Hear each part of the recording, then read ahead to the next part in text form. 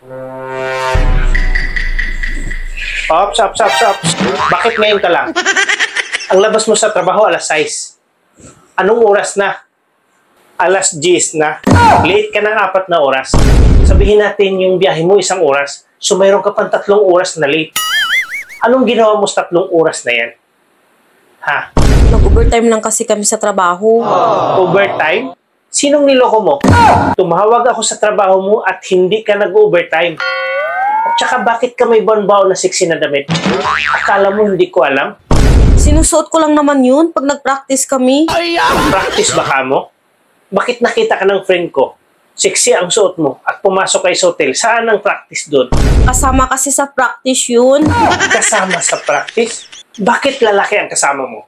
Partner kasi kami sa practice para sa Christmas party namin. Hindi ka ba nagsisinungaling? Hindi naman ako nagsisinungaling. Isa sa mga barkada ko ang nagtatrabaho sa hotel na pinasukan nyo. May narinig silang tunog galing sa kwarto nyo. Anong tunog yun? Ungol lang yun. Kita mo na. Nanlalaki ka talaga. Huwag mo sabihing practice yun.